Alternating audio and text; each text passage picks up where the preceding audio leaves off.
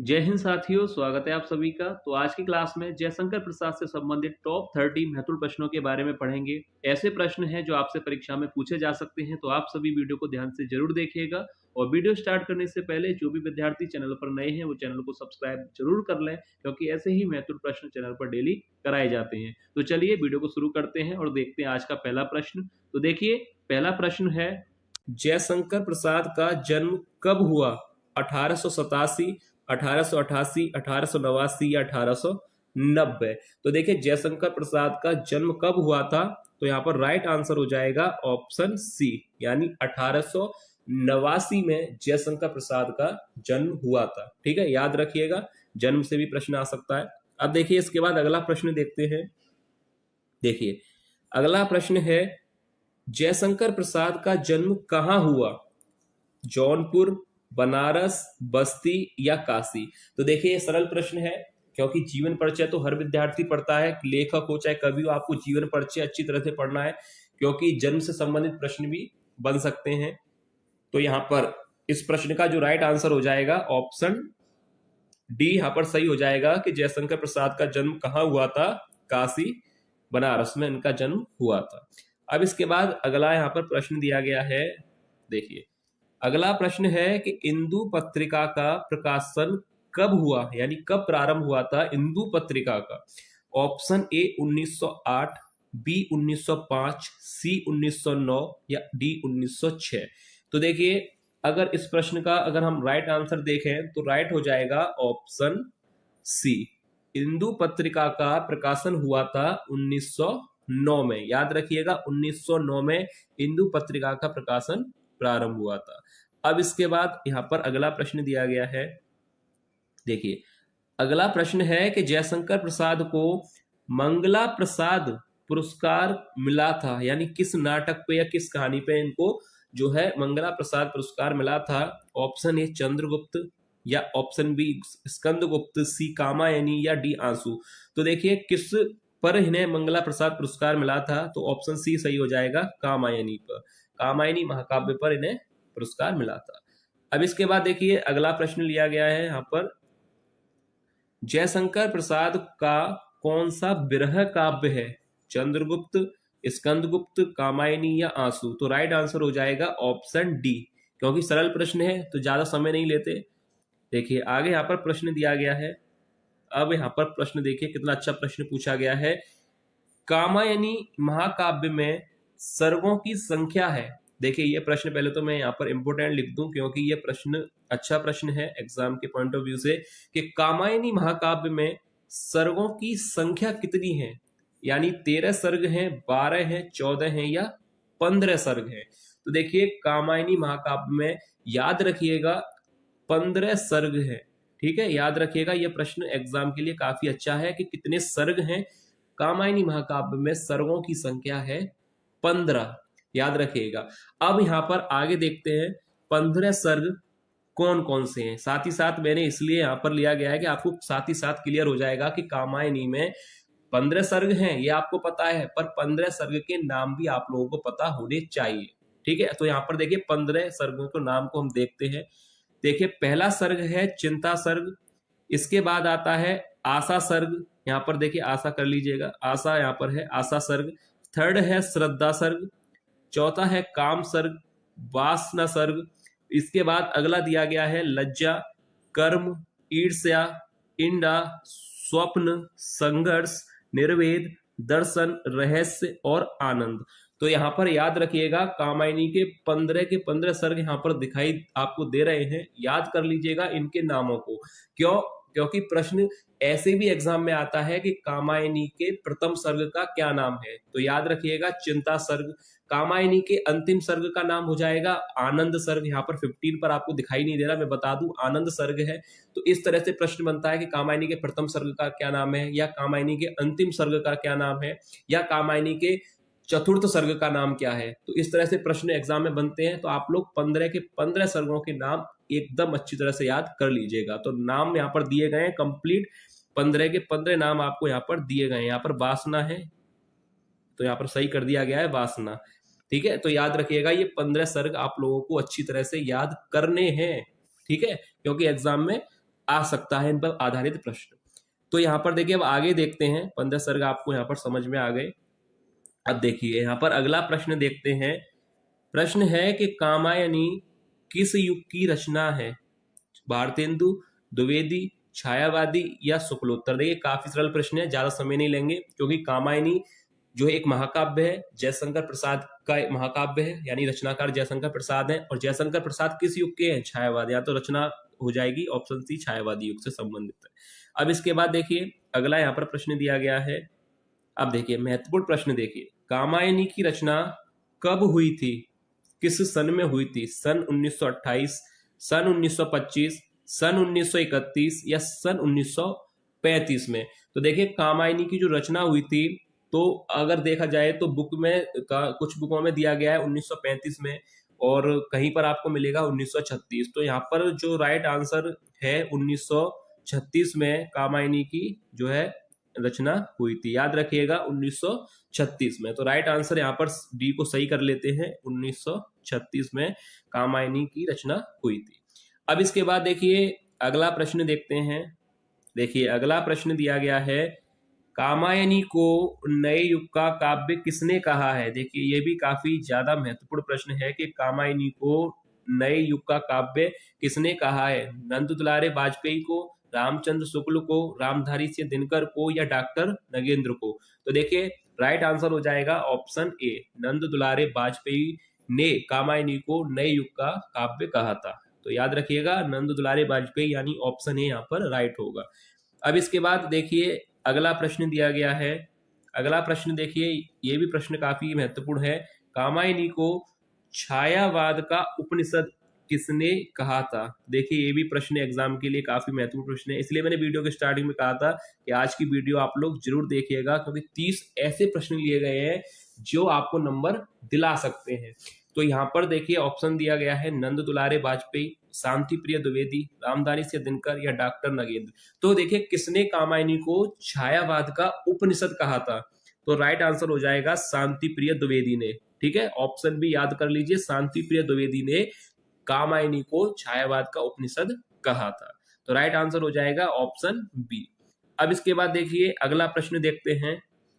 अगला प्रश्न है, झरना काव्य का प्रकाशन कब हुआ था? सन 1918 में या 1919, 20 या 21 में?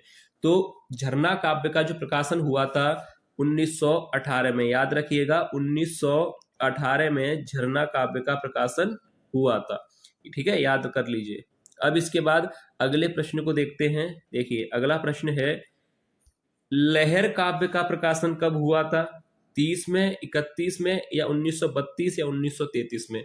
तो लहर काव्य का प्रकाशन कब हुआ था? अब इस प्रश्न का जो राइट आंसर हो जाएगा 1933। याद रखिएगा 1933 में लहर काव्य का प्रकाशन हुआ था। अब इसके बाद देखिए अगला प्रश्न है कि कंकाल जो कि उपन्यास है का प्रकाशन कब हुआ था? 1928 में, 29 में, 27 में या 1926 में?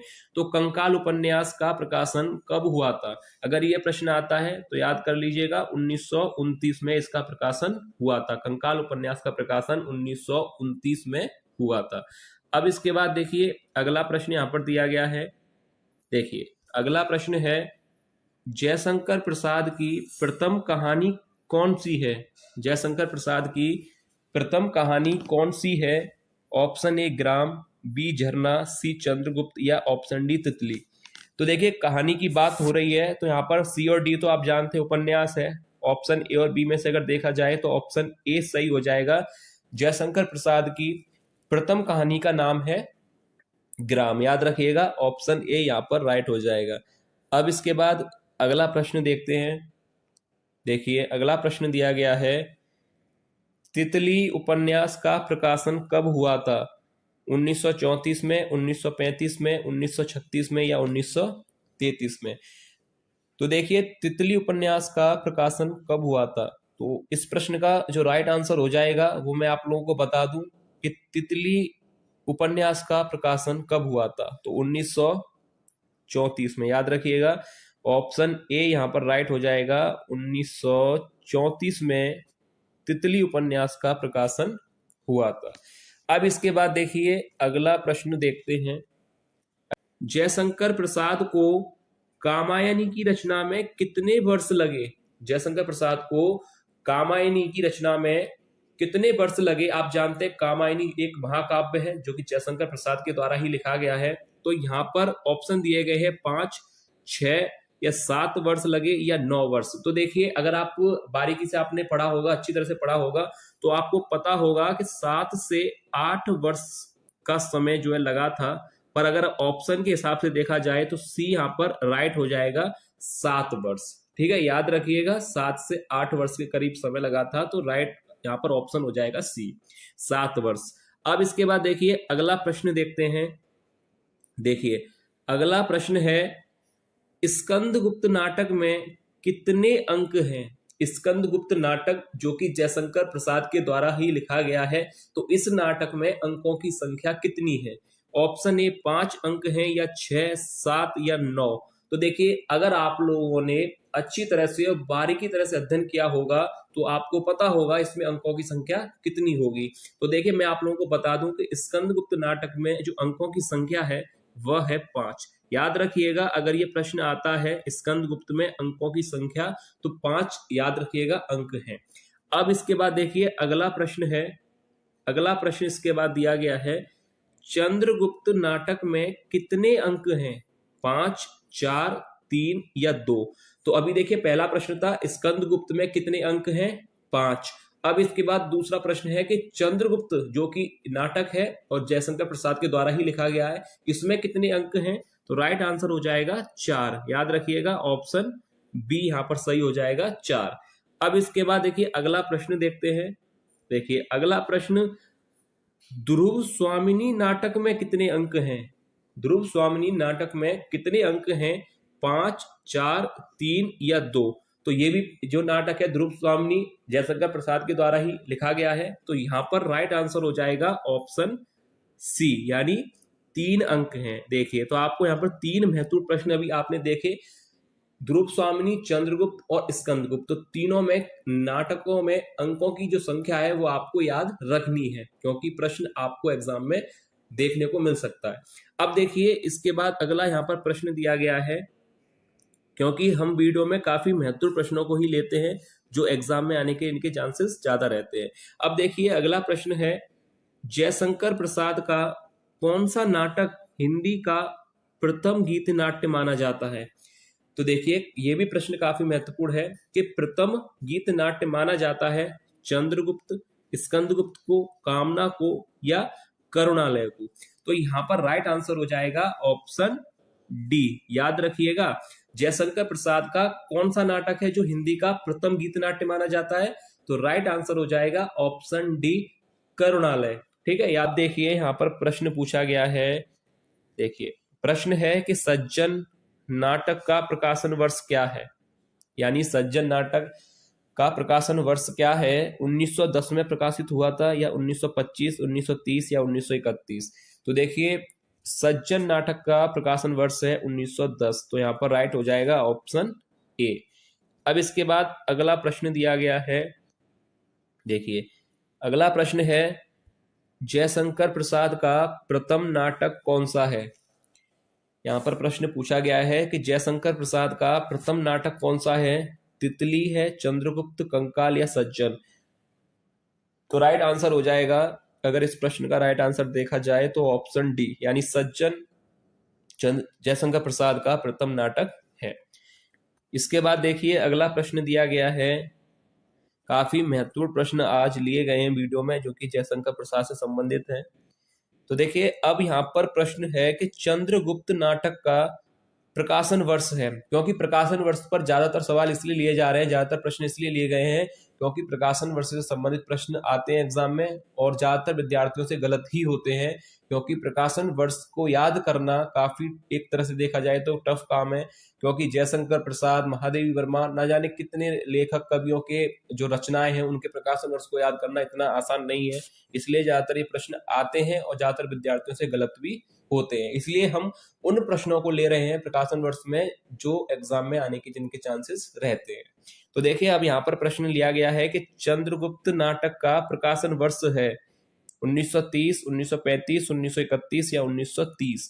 तो चंद्रगुप्त नाटक जयशंकर प्रसाद का, ये तो आपको पता है, पर प्रकाशन वर्ष इसका क्या है? तो याद रखिएगा ऑप्शन सी राइट हो जाएगा, 1931 चंद्रगुप्त नाटक का प्रकाशन वर्ष है। ठीक है, अब इसके बाद देखिए अगला प्रश्न दिया गया है। देखिए अगला प्रश्न है कि स्कंदगुप्त नाटक का प्रकाशन वर्ष क्या है? 1920, 1921, 1926 या 1928? स्कंदगुप्त नाटक का प्रकाशन वर्ष है ऑप्शन डी, यहां पर सही हो जाएगा 1928। याद रखिएगा 1928 में स्कंदगुप्त नाटक का प्रकाशन हुआ था। अब इसके बाद देखिए अगला प्रश्न दिया गया है।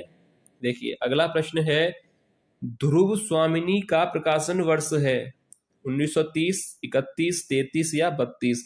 तो देखिए ध्रुव स्वामिनी का प्रकाशन वर्ष है 1933, यानी ऑप्शन सी यहां पर सही हो जाएगा। 1933 में ध्रुव स्वामिनी का प्रकाशन हुआ था। ठीक है, याद रखिएगा ऑप्शन सी। अब इसके बाद देखिए अगला प्रश्न यहां पर दिया गया है। अगला प्रश्न है कि काव्य आत्मा की संकल्पनात्मक अनुभूति है, यह कथन किसका है? रामचंद्र शुक्ल का, रामधारी सिंह दिनकर का, जयशंकर प्रसाद का या महादेवी वर्मा का? तो देखिए यह कथन किसका है कि काव्य आत्मा की संकल्पनात्मक अनुभूति है। तो यहाँ पर राइट आंसर हो जाएगा जयशंकर प्रसाद का। याद रखिएगा सी, यहाँ पर राइट हो जाएगा ऑप्शन सी, जयशंकर प्रसाद का यह कथन है। अब इसके बाद अगला प्रश्न दिया गया है, इसको देखते हैं। देखिए अगला प्रश्न है जो घनीभूत पीड़ा थी मस्तक में स्मृति सी छाई, प्रसाद की किस काव्य से है? तो देखिए ये जो पंक्ति यहाँ पर दी गई है किस काव्य से है पूछा गया है। ये प्रश्न भी एग्जाम के लिए काफी महत्वपूर्ण है। आंसू से है या चित्राधार से है, कामायनी से है या तितली से है? तो देखिए ये जो यहाँ पर एक पंक्ति दी गई है ये किस काव्य से है? तो ये है ऑप्शन ए सही हो जाएगा, आंसू से। ठीक है, याद रखिएगा किस काव्य से ली गई है? आंसू। अब इसके बाद देखिए आगे देखते हैं। देखिए अगला यहाँ पर प्रश्न है जयशंकर प्रसाद का कलाधर उपनाम से लिखा गया काव्य है आंसू, चित्राधार, कामायनी या तितली? तो इस प्रश्न का जो राइट आंसर हो जाएगा ऑप्शन बी यहाँ पर सही हो जाएगा, चित्राधार। याद रखिएगा चित्राधार यहाँ पर राइट हो जाएगा ऑप्शन बी। अब इसके बाद देखिए अगला प्रश्न दिया गया है जो कि आज की वीडियो का लास्ट प्रश्न है। उम्मीद तो मुझे यही है कि आप लोगों को आज की वीडियो पसंद आई होगी। तो देखिए अब लास्ट प्रश्न को भी अटेम्प्ट करते हैं। जयशंकर प्रसाद का निधन कब हुआ? जयशंकर प्रसाद का जन्म कब हुआ था? आप लोगों को अभी मैंने बताया था 1889 में उनका जन्म हुआ था। अब मृत्यु कब हुई थी? सन 1938 में, 39 में, 40 में या 37 में? तो देखिए जयशंकर प्रसाद की अगर मृत्यु के बारे में देखा जाए कि उनका निधन कब हुआ था, तो यहाँ पर राइट आंसर हो जाएगा ऑप्शन डी, यानी ऑप्शन डी यहाँ पर सही होगा। 1937 में उनका जो है निधन हुआ था। तो याद रखिएगा 1937 यहाँ पर राइट आंसर हो जाएगा। 1937 में उनका निधन हुआ था।